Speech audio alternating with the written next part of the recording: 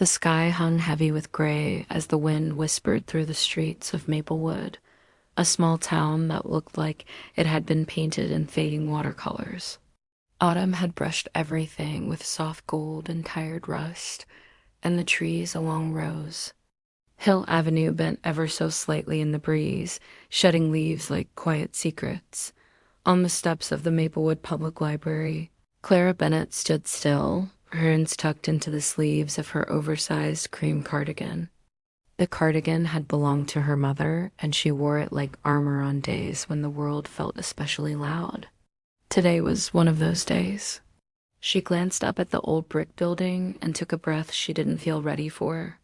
Inside, the library awaited one of the last quiet corners of her life where she hadn't yet been told who to be, or how much space she was allowed to take.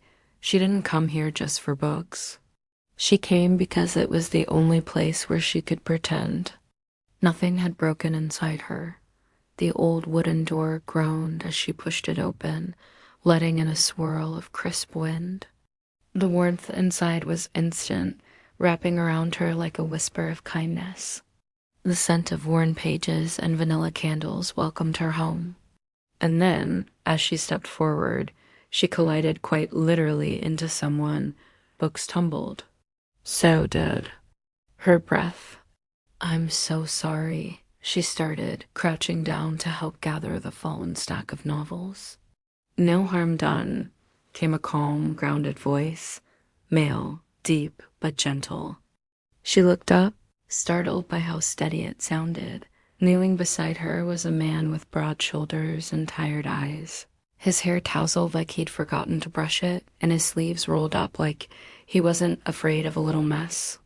He looked at her like she wasn't just another person who had bumped into him, but like she mattered. Their hands touched as they reached for the same copy of Wuthering Heights. Clara froze. So did he. For a heartbeat, neither of them said a word. "I think that one's got some intensity," he finally said with a faint smile. Holding up the book. "I like intensity," she replied, surprising even herself. Her voice had been quiet for so long, but something about this moment made her feel ... awake ... "I'm Evan," he offered, rising and holding out his hand. Still holding two books beneath his arm. "Clara," she replied, taking his hand with hesitation. His handshake was warm, not forced. It didn't linger, but it left something behind. He glanced at the novels he dropped and then back at her.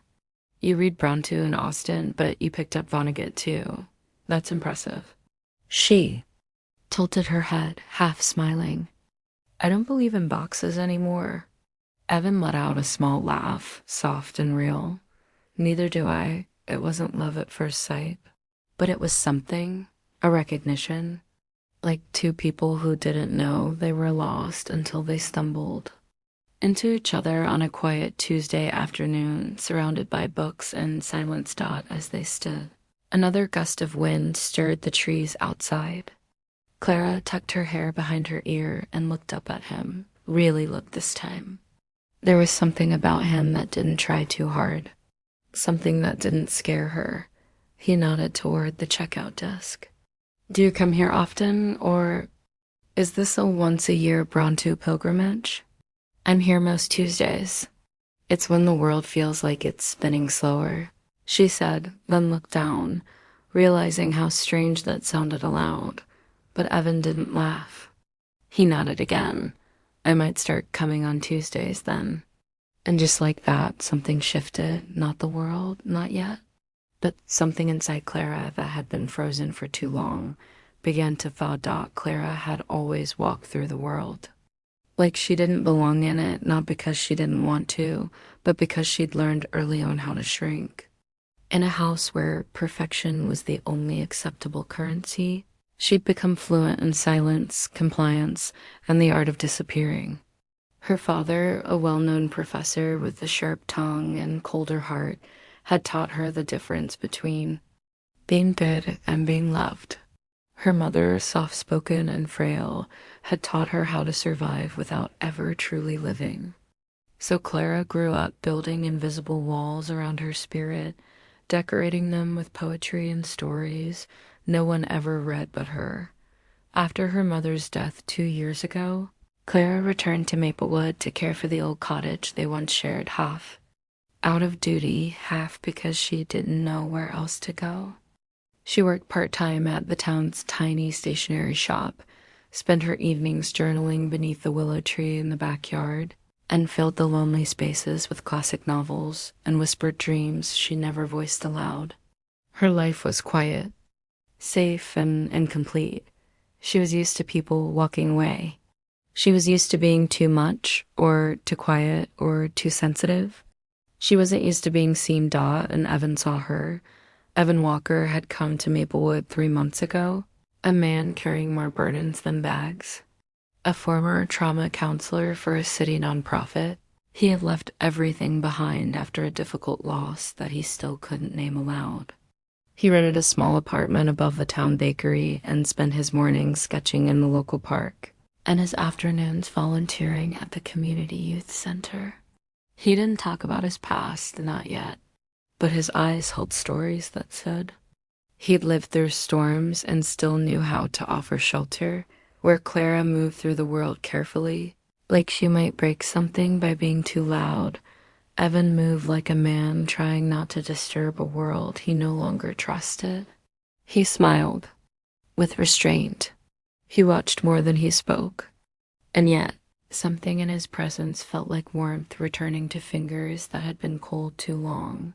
After their first meeting, Evan found reasons to visit the library on Tuesdays, sometimes with real books to return, sometimes with nothing, but a quiet hope that Clara might be there. She noticed, of course. He'd always pretend to browse the history aisle before making his way toward literature, where she'd often be lost in the pages of a weathered classic. They spoke in fragments. At first about books, the weather, the town's strange fascination with antique street lamps. But their conversations stretched with each passing week. Evan learned that Clara loved rainy days and wrote poetry on napkins. Clara discovered that Evan doodled in the margins of his books and used music to say things he couldn't with words.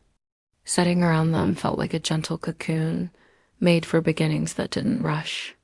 Maplewood, with its cobblestone sidewalks, flower boxes, and handwritten cafe menus, felt suspended in time. Everyone knew each other, but not everyone saw each other. That was the magic of Clara and Evan's world. It existed in the quiet corners of the town, in the way he held the door open a moment longer than necessary, in the way she noticed when he hadn't slept well. They weren't dating. They weren't anything yet, but they were becoming, and while no promises had been made, the energy between them grew richer, heavier with the kind of connection that couldn't be spoken until it was too deep to deny. One evening, Clara found a small envelope tucked into her favorite library copy of Persuasion. It was unmarked, just cream paper folded gently. Inside was a sketch, pencil lines tender and soft of her sitting beneath the willow tree, the one behind her mother's house. Her eyes in the sketch were downcast, lost in thought, but peaceful. On the back, a single sentence was scribbled in soft graphite. You look like calm in the middle of a storm. She didn't have to ask who left it the next Tuesday. She left a pressed flower between the pages of the picture of Dorian Gray. On the petal, in small script, she wrote, "You make me feel like I might be brave someday." And so it continued quiet.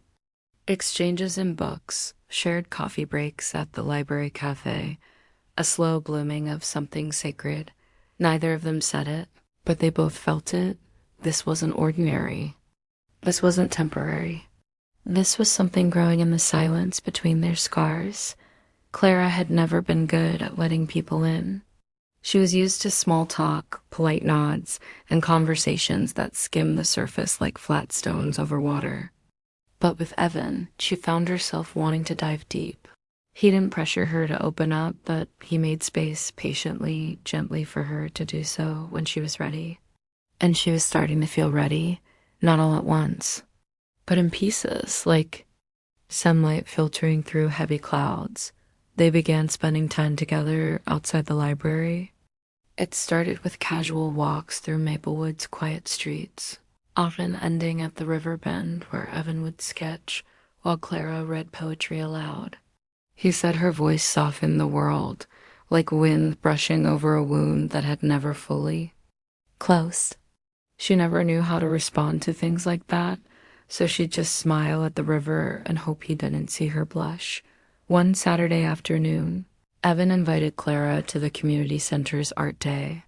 He helped run a kids' creativity program every other weekend, and though she hesitated at first, he promised she could just observe if she didn't feel like participating. Watching Evan with the children was like seeing him in color for the first time. He knelt beside them with unhurried kindness, encouraging their wildest ideas like they were masterpieces. Clara stood in the doorway for a long time before she finally joined him. She ended up helping a shy girl named Lily paint a field of sunflowers, and by the end of the day, her cheeks ached from smiling. Later that evening, Evan walked her home beneath a sky that was stitched with stars. They didn't speak much, but something warm and wordless passed between them.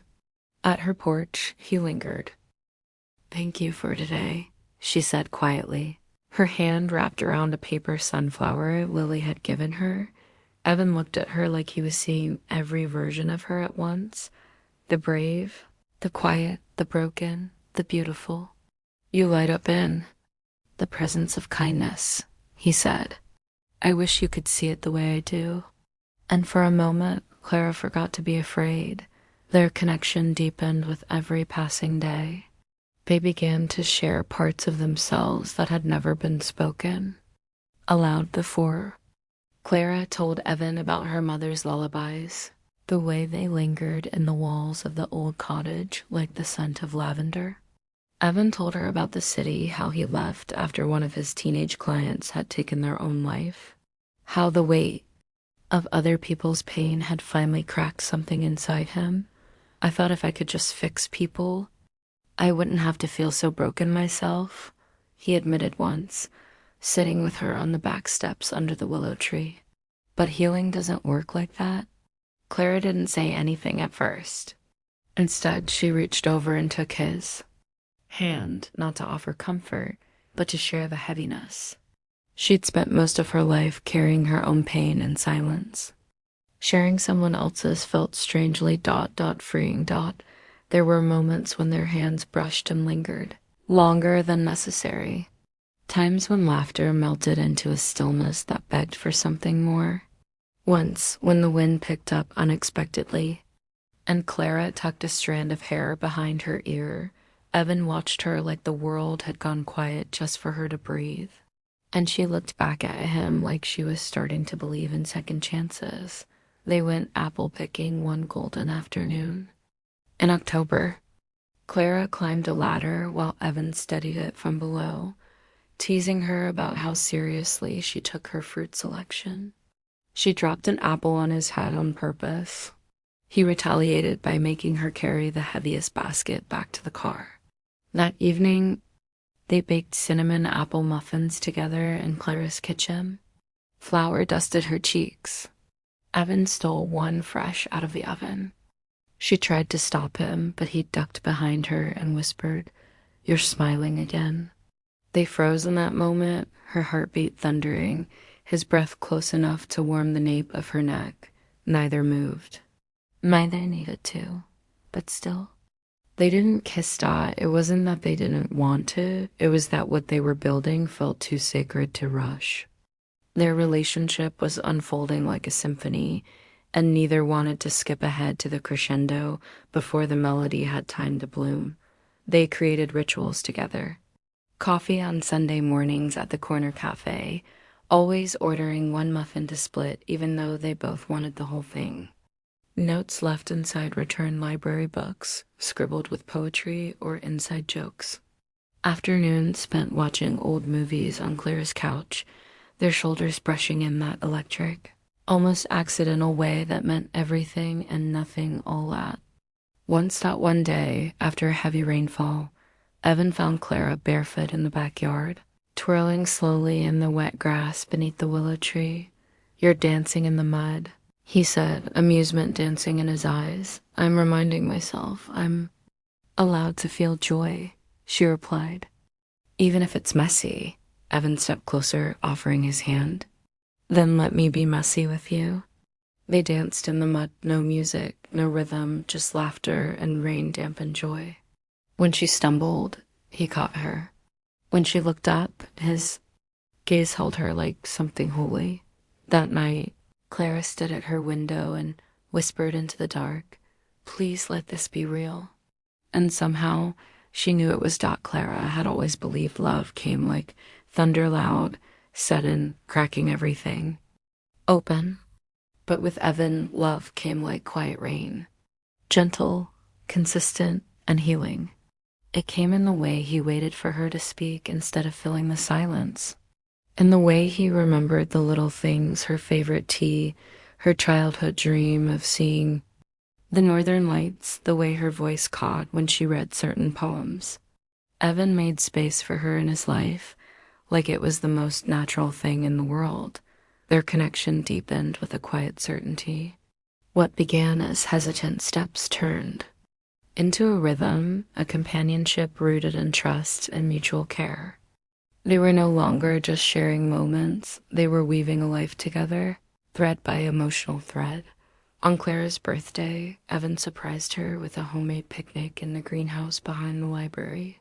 He had strung fairy lights along the beams, set out a checkered blanket, and packed sandwiches, chocolate strawberries, and the exact lemon mint tea she always ordered. She stood at the door, eyes wide, lips parted in disbelief. "You remembered everything?" She whispered. "I listen when it matters," he said, "and everything about you matters." Later that night, with soft rain tapping the glass and the scent of rosemary in the air, Evan gave her a hand-bound journal filled with pressed flowers and blank pages. On the first page, she had written, "For the words you've never said aloud, and the ones you're still learning to believe, Clara." Blinked back tears. "Why are you always so gentle with me?"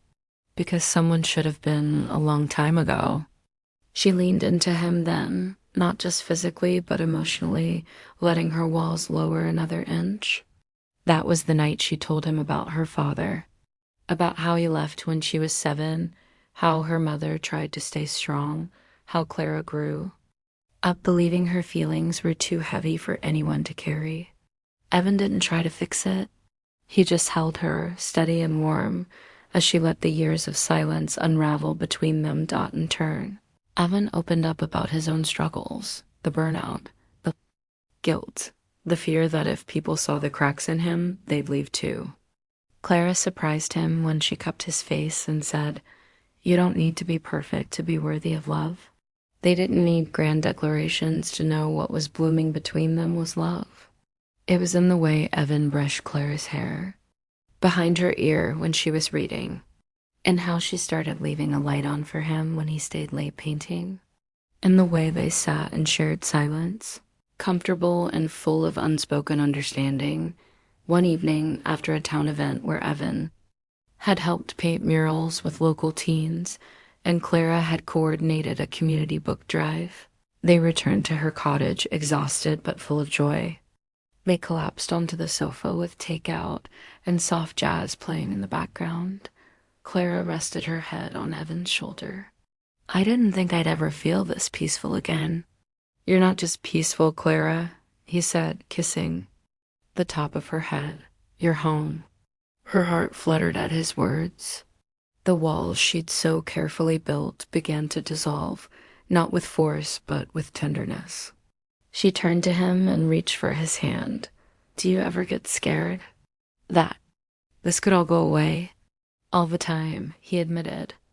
"But then I remember I'd rather be afraid and in this with you than safe and without you." That night, Evan stayed. Not because they needed to define anything, not because of pressure or expectation, but because it felt right. They curled into each other beneath a blanket on the couch, falling asleep to the sound of rain and heartbeats steadying each other. Over the next few weeks, their bond only grew deeper. They started planning little things together: a small herb garden behind Clara's cottage, a weekend trip to the mountains, a reading nook in Evan's studio. These weren't just plans. They were promises. One afternoon, Clara came across a photograph Evan had taken of her mid-laugh, sunlight catching her hair, her cheeks flushed with joy. "I don't remember you taking this," she said softly. "I didn't want to interrupt a moment that felt like magic," he replied, in that moment, she realized he saw her not as a broken thing, but as something beautiful whole, even with the cracks. Maybe even because of them, they made time for slow mornings, pancakes and sleepy smiles. They left love notes in coat pockets and on bathroom mirrors. Evan once drew a sketch of Clara reading under the willow tree and slipped it into her journal. With a note, "You make the world softer just by being in it." But even as their relationship grew, Clara still had fierce fears she didn't always know how to voice. Sometimes she'd pull away when things felt too good. She worried she was too complicated, too damaged. Evan never pushed her. Instead, he stayed, consistently, kindly, patiently. When she pulled back, he waited. When she doubted, he reminded her with his presence that love didn't have to hurt to be real. One late evening, after a quiet dinner and a walk under the stars, Clara looked at him with a fragile kind of hope. "I keep waiting for you to realize I'm not easy to love." Evan's voice was low, steady. "Clara, loving you isn't easy, it's essential. Like breathing. Like waking up in the morning and needing the sun." That was the night she finally believed it. Their love had become something sacred, something strong, not built in the absence of fear, but in spite of it. It was the kind of love that sat with you in the dark and didn't demand light before it was ready. The kind of love that stayed. The deeper Clara fell into love with Evan, the more vulnerable she felt, like walking barefoot through a meadow she used to only admire from a distance. Every moment with him warmed her, healed her, made her believe again. But love, she had learned, was never without its tests. One morning, as golden light streamed through the kitchen windows, Evan received an unexpected call. Clara watched his expression shift, brows tightening, lips drawing into a thin line. "That was the university," he said after a pause. "They've offered me a full-time residency in New York." Clara blinked. "You applied?" "Months ago. Back when I thought I needed to escape this place to find clarity," he admitted. "I never expected to hear back." A silence fell between them, heavy and uncertain. "It's a huge opportunity," Clara said softly, even as her chest tightened. "It's everything you once wanted." He looked at her, his eyes searching hers. "But what I want now, it's not just about my career anymore." Clara smiled, but it didn't reach her eyes. "Don't stay for me, Evan. Not if it means you'll resent me later." Her words echoed in the room long after breakfast went cold. Over the following days, their once effortless conversations became careful, measured. Evan was torn. He had spent so long rebuilding his life around purpose, and now, when a new future was being offered, it came at the cost of the one thing that had finally made him feel whole. Clara, meanwhile, wrestled with the return of an old fear that she was the reason people chose not to chase their dreams. She had seen it happen with her mother, who'd given up everything and grown bitter over time. Clara never wanted to be that weight for someone else.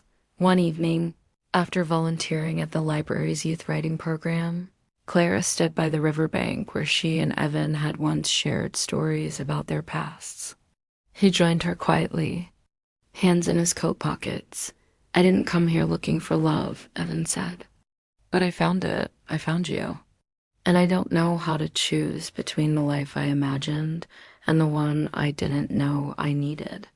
Clara swallowed the lump rising in her throat. "Maybe I am not meant to be someone's reason to stay. Maybe I'm just A chapter. A good one, but temporary. Don't say that, he murmured. You're not a chapter. You're the story. She stepped back, emotions tangled in every breath. Then why does this feel like the beginning of the end? Days turned into weeks.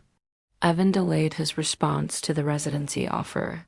Clara buried herself in community projects, trying to avoid the ache in her chest. They still saw each other, still exchanged soft smiles and kind words, but the spark between them flickered like a candle in wind dot. Then came the fundraiser night at the town hall. Evan had promised to attend, but he arrived late, breathless, and distracted. Clara watched him from across the room as he spoke with donors, his charm polished but distant.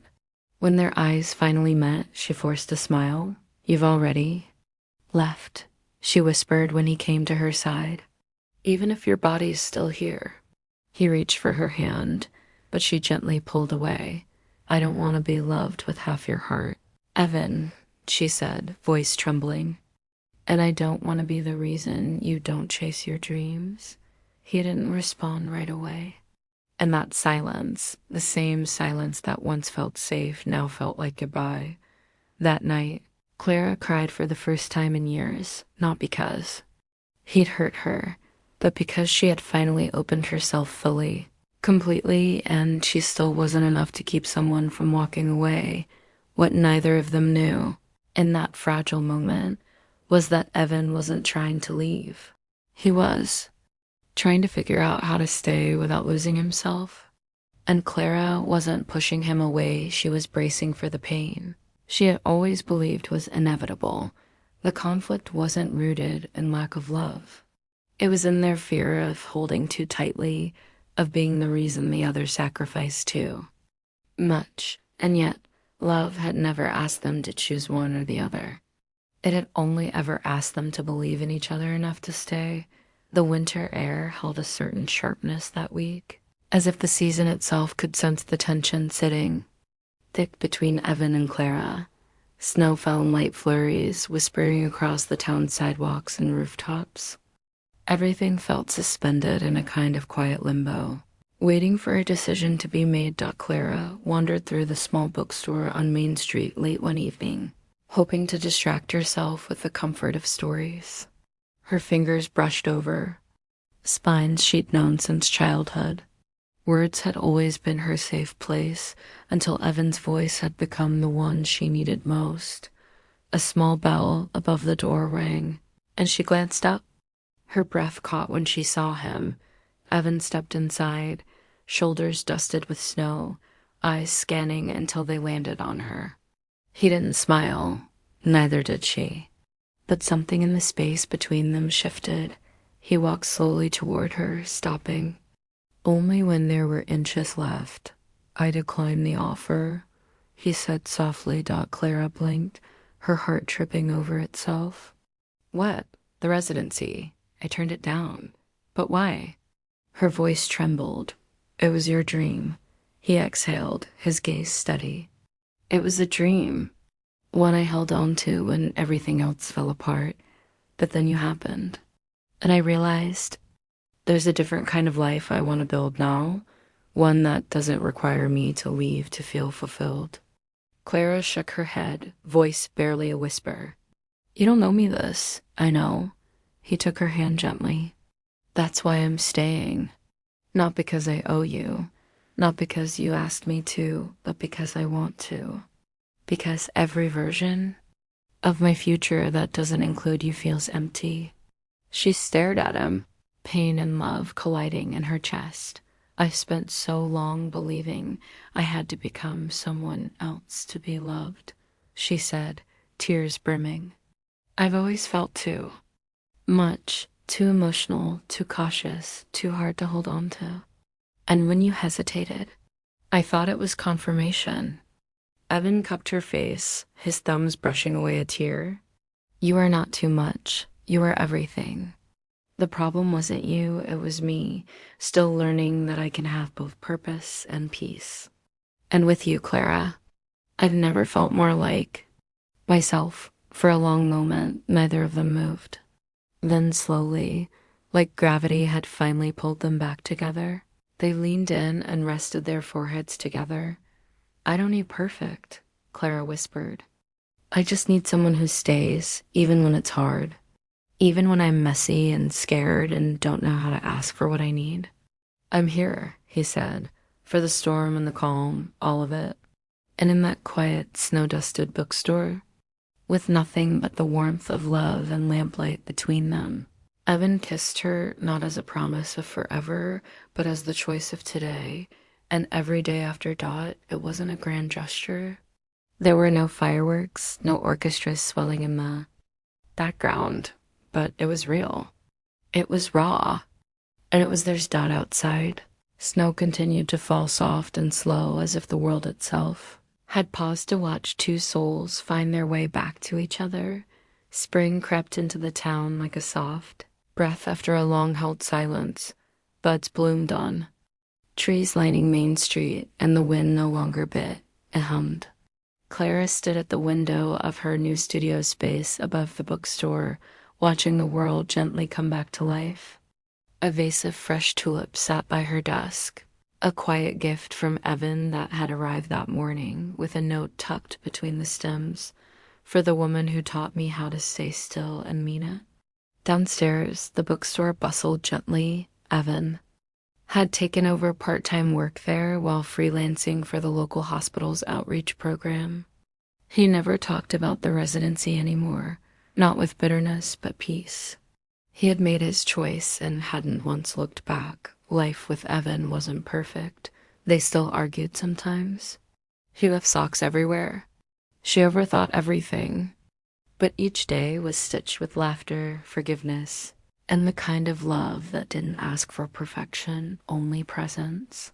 On quiet mornings, they'd sit on the porch with mugs of tea and nothing urgent between them.